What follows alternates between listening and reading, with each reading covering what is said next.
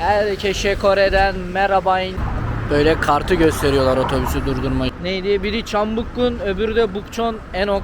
Sanırım böyle telaffuz ediyor. Şöyle. Bu şekilde bunlar Kore'nin yöresel kıyafetleri. Evet. Çambukgun askerlerin giysi. Köyün sokakları böyle. Zaten dar sokaklarıyla meşhur, ünlü bir köy. Görmüş olduğunuz bir kafe. Çok güzel ya.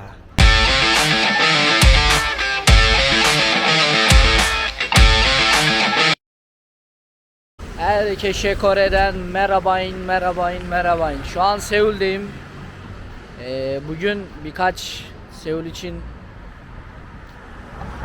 bugün Kore'nin kültürünü, tarihini yakından inceleyeceğiz. 2 tane eski Kore yerleşim alanına gideceğiz. Biri Bukchon, öbürü de neydi? Biri Çambukgun, öbürü de Bukchon Enok. Sanırım böyle telaffuz ediliyorlar, tam emin değilim. Ben Türkçeyi zor konuşuyorum yani. Neyse, bugün oraları ziyaret edeceğiz. Şu anlık ilk izlenimim, Kore gerçekten çok güzel. İnsanlar güler yüzlü. Bize fazla benziyorlar. Yani bir ara Koreceyi Ural Altay Dil grubuna falan olduğunu iddia ediyorlardı, koymaya çalışıyorlardı vesaire. Bunu burada biraz daha iyi anlıyorum. Şu an mesela örnek veriyorum, Kazakça Türkçesi konuşuyormuş gibiler. Hani dediklerini aslında biliyorum ama anlamıyorum gibi bir şey. Birileri böyle Korece konuşunca tanıdık bir dilmiş gibi geliyor bana. Hani aslında kelimeyi biliyorum da anlamını bilmiyorum gibi. Halbuki ömrümde ilk defa duyuyorum. Yani yakın bir şeye benziyor.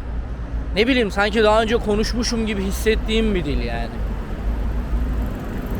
Kore genel anlamda ben bugün niye böyleyim ya? Bize çok benziyor. Konuşma tarzları, yaşayış biçimleri.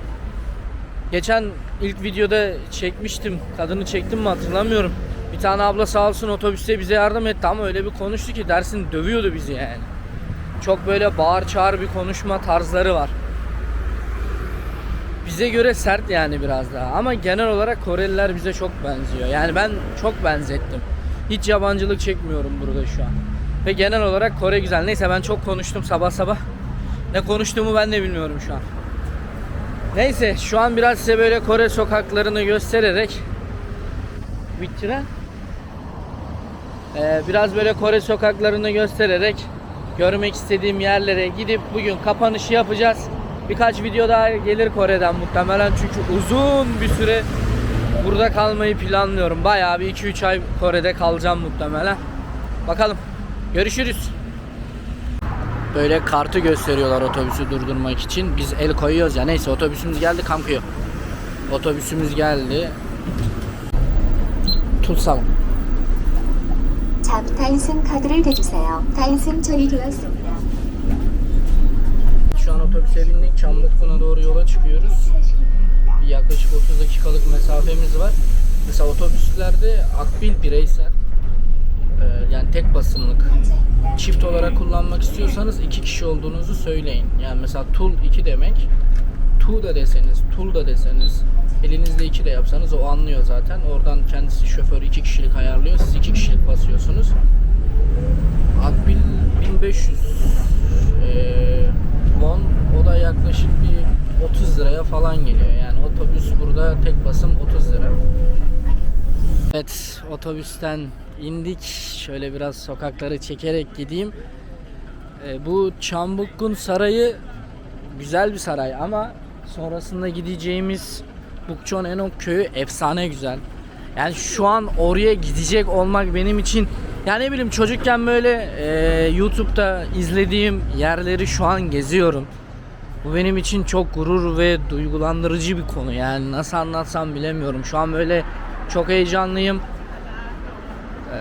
Ya benim için ciddi derecede imkansız olan konulardı. Şu an gidiyorum, yani oraya gidiyorum şu an. Bir tık heyecanlıyım.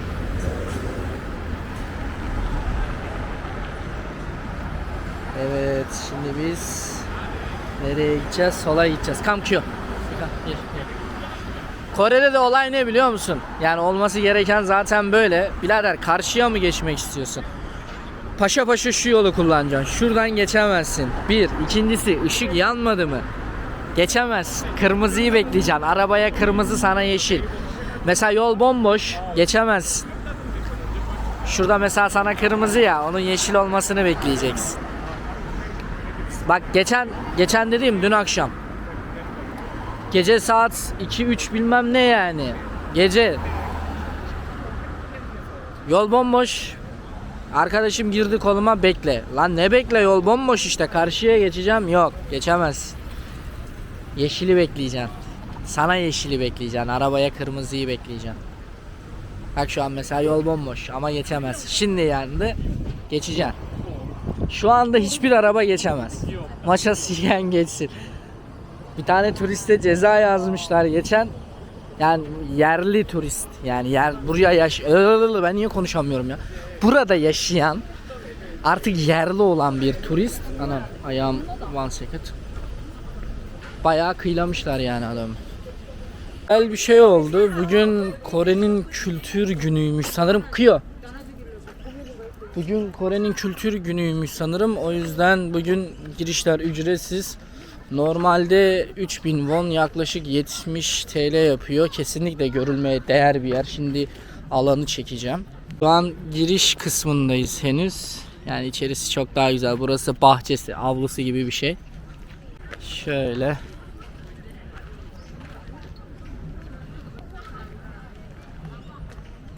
Devam ediyor. Burası bahçesi. İç taraflar var. Şimdi içe doğru gideceğiz. Şöyle. Burası 14. yüzyılda Chusan hanedanlığına hizmet ediyor. Burası saray.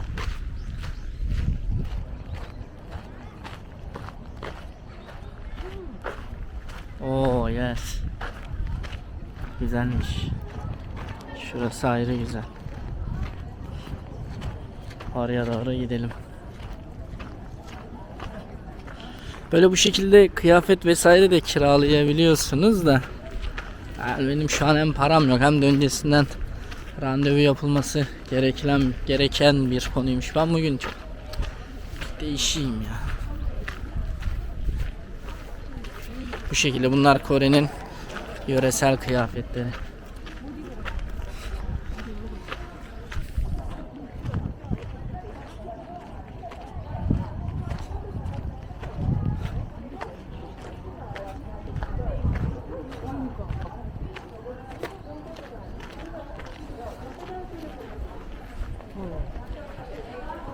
Evet, geldik. Evet, Çambuklu Sarayı burası.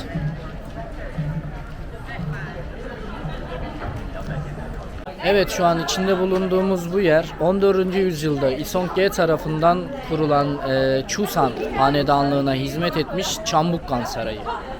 Daha sonra Chusan hanedanlığı 19. yüzyılda yerini Kore İmparatorluğu'na bırakıyor. Bu arada yüzyılın nasıl hesaplandığını bilmiyorsanız, mesela örnek veriyorum, İstanbul'un fethi 1453, baştaki iki sayı yani 14 artı 1 yapıyorsunuz. İstanbul 15. yüzyılda fethedilmiş oluyor. Kore İmparatorluğu 1847'de kurulmuş. Baştaki iki sayıyı alıyorsunuz. 18 artı 1 19. yüzyılda Kore İmparatorluğu kurulmuş oluyor. Yine Cumhuriyet ilanı 20. yüzyıl. Biz şu an 2024'teyiz. Baştaki iki sayıyı alıyorsunuz. 20 artı 1 21. yüzyıldayız. Yani baştaki iki sayıyı 1 ile topluyorsunuz. Şimdi şöyle şu sarayın içine doğru bir bakalım. İçine giriş yok, yasak. Ama öyle hani görebildiğimiz kadarını görelim.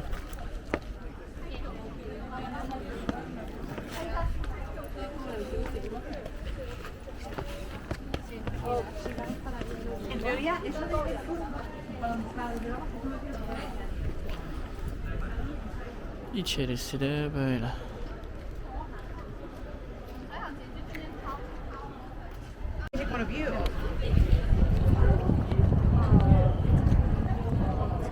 Kia. Evet, şu an buradaki bize ayrılan sürenin sonuna geldik. Şimdi Bukchon Hanok köyüne doğru gideceğiz. Bukchon Hanok yine Chusan hanedanlığı döneminde yerleşim açılmış bir köy. Yani 14. yüzyıldan kalma. Orası kesinlikle benim görmek istediğim bir yer. Umarım, ya bu hayal kırıklığını bir ara şeyde yaşamıştım. Köyceğiz'de, yani mesela filmlerde gördüm, o Köyceğiz'i göreceğim diye gidip hiçbir şey görememiştim yani. Umarım hanedanlık nereden çıktı? Köyde beni hayal kırıklığına uğratmaz. Çok güzel bir köy. YouTube'da izlediğim kadarıyla, işte Google'dan baktığım kadarıyla çocukluğumdan beri görmek istediğim yerler arasındaydı. Şu an oraya doğru gidiyoruz. Şöyle biraz sağa sola çekerek gideyim.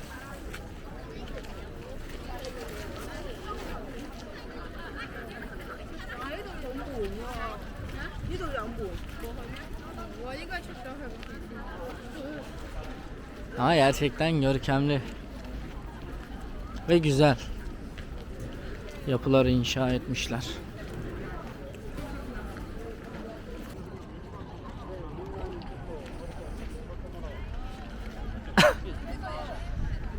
Evet, şurası zaten çıkış. Buradaki olayımız bitti. Şu an Bukçonanon köyüne doğru gideceğiz. Yolda kayda değer bir şey olursa çekerim. Yoksa köyde görüşürüz. Evet, bunlar da o dönemki askerlerin giysileri. Şöyle. Evet, Bukçonenon'a geldik. Bu köy saray gibi Chusan hanedanlığı döneminden kalma bir köy. 14. yüzyıldan kalma bir köy. Şimdi köyün sokaklarını gezeceğiz kampanya. Evler şöyle. Burası Güney Kore için önemli. Yani elinden geldikçe burayı restore edip canlı tutmaya çalışıyorlar. Yeni mimariyle de biraz harmanlamışlar tabii. Yeni yapılar da var restore edilenlerin yanında.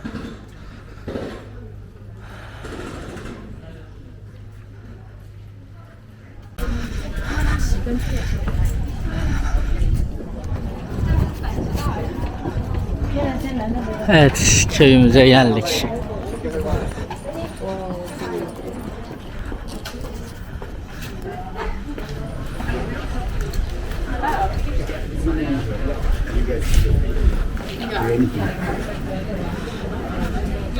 Evet, köyü gezmeye devam. Nerede o ağaç? Çok güzel duruyordu ya. Göremedim. Neyse. Köyün sokakları böyle. Zaten dar sokaklarıyla meşhur, ünlü bir köy burası. Yani bildiğim kadarıyla içeride aktif bir yaşam var diyorlar ama bilmiyorum, çok da aktif bir yaşam varmış gibi durmuyor. Bir de nasıl köy? Nerede senin ineğin? Yani şu yollarda böyle bok izleri olmalıydı. İnek boku bu arada.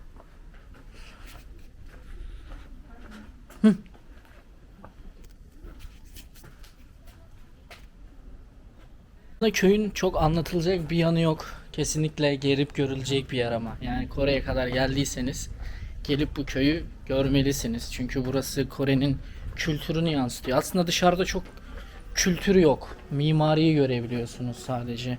Ne bileyim, hani köyün bir tanıtımı veya işte örnek veriyorum yöresel bir şeylerin satıldığı, anlatıldığı bir alan yok. Sadece böyle sokak, gelip sokakta yürüyorsunuz. Yani şey gibi. Hani Şirince'ye gittin, sokaklarda yürüdün, geldin. Ama mesela Şirince'nin örnek veriyorum şarabını satıyorlar, osunu busunu satıyorlar. Yani mesela Şirince şarabı dedikleri şey şu civarında fabrika var, Şirince'nin şarap fabrikası. O fabrikayı orada üretiyor. Şarapları orada üretiyorlar. Hepsi de kendi etiketini yapıştırıyor. Gidiyor o firmalardan alıyor şarabı. Kendi etiketini yapıştırıyor. Benim şarabım diye satıyor sana. Mahzende yapıyoruz ayağına satıyor sana. O bile mesela şarabını böyle dünyaya tanıtmış, hatta hani insanlar biliyor yani bu şekilde. Mesela o koca Şirince'de kendi şarabını yapan 2 kişi var. Bir hoca var. Hocanın yeri ismi. Bir de o hocanın yerine geçince sağa doğru dönüyorsun. O yolun sonunda bir tane kilise var. İsmini hatırlamıyorum şimdi. Oraya gelmeden bir hoca daha var. Hocanın ismini unuttum. Yani mesela o da kendi şarabını yapıyor. Onun dışında herkes fabrikadan alıyor. Yani dediğim gibi burada böyle kendilerinin tanıttığı bir şey yok. Kendilerinin yaptığı, gösterdiği bir şey yok. Sadece evler var.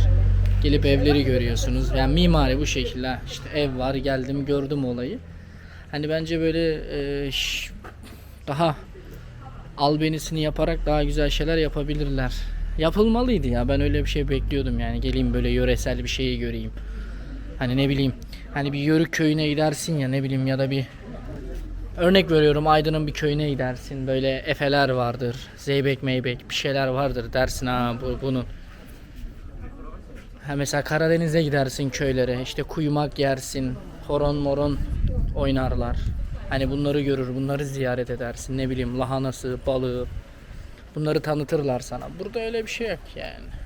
Sadece böyle evler, gelip sokaklarda yürüyorsun. Olayı bu buranın da yani. Evet, bu köydeki maceramızda bu kadar. Kesinlikle bu iki yerde gelinip görülmesi gereken bir yer. Zaten köyün girişinde herhangi bir ücreti yok.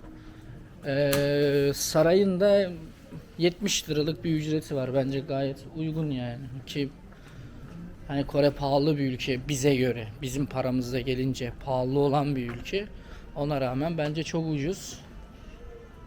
Kesinlikle gelip buraları görmenizi tavsiye ederim. Şimdi bu video burada bitecek muhtemelen. Uzun olmasını istemiyorum dediğim gibi. Şimdi şehir merkezine döneceğiz ve Kore sokak yemeklerini vesaire çekeceğiz. Yarın da çok güzel bir kütüphane var. Oraya gideceğiz. Bunların ikisi ayrı video olacak. Hani ayrı ayrı çekip paylaşacağım. Bu video bu kadar. Beğendiyseniz beğenmeyi unutmayın. Yorum yapın. Hani destek olmak istiyorsanız videoyu sonuna kadar izleyin. Yorum yapın. Kanala abone olun. Bunlar gerçekten çok önemli. Yani sadece bana değil. Bütün gezginler. Hangi gezgini takip ediyorsanız videosunu beğenin, yorum yapın, kanalına abone olun. Bunlar çok önemli şeyler. Yani yapabileceğiniz en büyük destek bu. Kesinlikle bir gezgine yapabileceğiniz en büyük destek bu. Bunu sakın unutmayın yani. Video izliyorsanız mesela reklam mı çıktı önünüze? İzleyin reklamı. Kaybedecek bir şeyiniz yok yani. Mesela abone olmak size bir şey kaybettirmez. Videoyu beğenmek size bir şey kaybettirmez. Bunların hepsi bedava olan şeyler. Ama sizin o bir beğeniniz, o bir abone olmanız çok önemli yani o gezgin için, o YouTuber için. Çünkü senin bir beğenin 10 kişinin daha önüne çıkmasına vesile olur. İzlene. Yani mesela bu videolardan ben şu an kazanmıyorum ama tanıdığım çok gezgin var. Para kazanıp bu şekilde gezmeye devam eden. Zaten ben de şu an bunu yapmaya çalışıyorum. Aksi takdirde böyle uzun vadeli bir gezi söz konusu değil. Mesela ben aktif olarak şu an bir yıldır dünyayı geziyorum. Çok zor. Bir yıl içerisinde bir kere eve döndüm ben. Onun dışında fix yoldaydım yani. Gerçekten zor. Sürekli bir gelir, sürekli bir para, sürekli bir şey olması gerekiyor. Bunun için de en iyi yöntemlerden birisi YouTube. O yüzden diğer gezginlere de rica ediyorum sizden. Videosunu gördüğünüz zaman beğenin, yorum yapın. Ya nokta bile olsa bir yorum yapın. Abone olun. Bunlar gerçekten çok önemli. Size bu konuda teşekkür ederim şimdiden. İnanıyorum ki yapacaksınız. Ve benim videolarım için de bir düşünceniz varsa yorumlarda belirtin. Eleştiriyi açayım ama Allah rızası için saçma sapan şeyler yazmayın. Yani örnek veriyorum, bak videonun başına geçen bir video. Videonun başına ben kameramın bozuk olduğunu söylemişim. Elimden geldiğince video çekmeye çalışacağım diye eklemişim. İşte Singapur'a gittik, adam diyor işte onu niye çekmedin, bunu çekmedim. Birincisi ben neyi istersem onu çekerim. Sen de benim koyduğum şeyi izlersin izlemezsin, o senin bileceğin iş. Bu benim kanalım. Ha, senin bir talebin vardır. Singapur Havalimanı'nı görmek istiyorsundur. Bana dersin ki kardeşim ben Singapur Havalimanı'nı görmek istiyorum. Ben de gider senin için çekerim. Hiç gocunmam. Ama böyle ahkam keser gibi saçma sapan bir yorum yapıyor ki ben söylemişim orada, hani benim kameram bozuk. Bazı yerleri kesip atmak zorunda kaldım diye. Singapur Havalimanı da bunlardan birisi ve şöyle bir şey var. Güzel diye de gidip görmek gerekmiyor. Benim belki dikkatimi çekmedi Singapur Havalimanı. Gidip görmek istemedim yani. Bu tamamen benim kendi elimde olan bir şey. Hani bu tarzda böyle eleştiriler, yorumlar yaparsanız mutlu olurum. Yani olan üzerinden konuşalım, olmayan üzerinden değil. Adam bana uçağın içini niye çekmiyorsun diyorlar. Ömründe ilk defa mı uçak görüyorum? Ben sana uçağın içinin neresini çekeyim yani? Koltuk var, hostes var, pilot var, ben var. Neyini çekeyim sana uçağın yani? Bildiğin uçak işte. Ya yoruma bunu yazmaya üşenmemiş adam ya. Ya da ne bileyim. başka bir şey gösteriyorum, adam bambaşka bir şeyden. Ya orada şu şöyleydi de bu. Ya bana ne, sana ne? Bak şu kanal üzerindeki videolardan konuşalım, sen boş ver. O öyle olmuş, bu böyle olmuş. Benim anlattığım şeylerden yana, benim gösterdiğim şeylerden yana bir sıkıntı varsa her türlü eleştiriye açığım. İstediğini diyebilirsin. Ama diyorum ya, havalimanını çekmemiş de olabilirim. Canım istemedi, gitmedim havalimanını çekmeye. Güzel diye görmek zorunda değilim. Ya kameramın bozuk olduğunu söylemişim, eklemişim. Çektiğim videoda mesela sesle görüntü kaydı. Şimdi onu ben bir araya getirmeyi bilmiyorum. Ya ve bu çok da uğraştıran bir şey. Yani bunu yapan insan da öyle çok kaliteli bir video çıkaramaz. Görüntü kalitesi düşecek, ses kalitesi düşecek, saçma sapan bir dünya şey. Uğraşmaya hiç gerek yok. Ben de sildim yani, ekleyemedim zaten. Şimdi bunun tartışmasına girmeye gerek var mı? Ya işte gezginsin sözde, şunu yapmamışsın, bunu yapmamışsın. Yani ben anlamadım. İnsanların böyle çok, Instagram'da mesela bir video atıyorum, adam yoruma o kadar saçma bir şey yapıyor ki. Yani sözde dünyaya gezmeye çıkmışsın da şunu yapmamışsın. Oğlum sen istiyorsan çık git, sen yap. Ben yapmıyorum. Yani bu benim kendi hayatım. Ya şuraya video ekliyorum diye hani ben senin kulun kölen değilim ki. Bu benim kendi hayatım. Ben bu kadarını istedim, bu kadarını yaptım yani. Benim elimden gelen buydu. Sen daha iyisini yapabiliyorsan çık yap. İzler, teşekkür ederiz. Ama benim yapabildiğim bu kadar. Neyse, çok teşekkür ederim. Bu arada bu benim normal konuşma tarzım. Sinirli falan değilim. Bunun açıklamasını hep yapmak zorunda kalıyorum. İnsanlar beni fazla agresif sanıyor. What happened? You want kafe? Okay. Şurada çok güzel bir kafe varmış. Aa, harbi güzel, onu da çekelim. Ben görmedim. Kız gördü Allah'tan. Ya ben gerçekten çoğunuzu böyle kardeşim, abim gibi görüyorum, seviyorum. Beni çok ciddi destekleyen ilk günden beri insanlar var. Ya bu benim için çok önemli. Aile gibi bir şey olduk biz o insanlarla. Ben de kimseyi kırmak, incitmek istemiyorum. I think burada. Yani neyse, bu video bu kadar. Çok konuştum ben. Maybe in here. Maybe. Neyse, hazır gelmişken size bonus olarak bu kafeyi de kesinlikle göstermek istedim. Abi çok iyi. Görmüş olduğunuz bir kafe. Çok güzel ya. Yani gelmişken madem şey yaptı, bunu da göstereyim dedim. Çok pahalıdır. Ben güzelliğinden ziyade fiyatından ürktüm biraz. Çünkü bayağı emek verilmiş bir yer. Muhtemelen bize sırıkla atlayacaklar ama ben çok sevdim. Çok güzel bir kafe ya.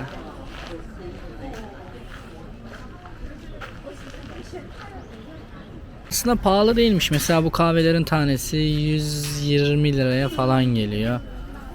Şunlar da öyle. Yani şurasını toplasan 400-500 lira falan yapar. Yani Türkiye'de de yesen herhalde bu fiyata gelir. Yani normal bir yerde, bir kafede otursam bunlar bu fiyata gelir diye düşünüyorum ki burası şöyle çok güzel bir kafe.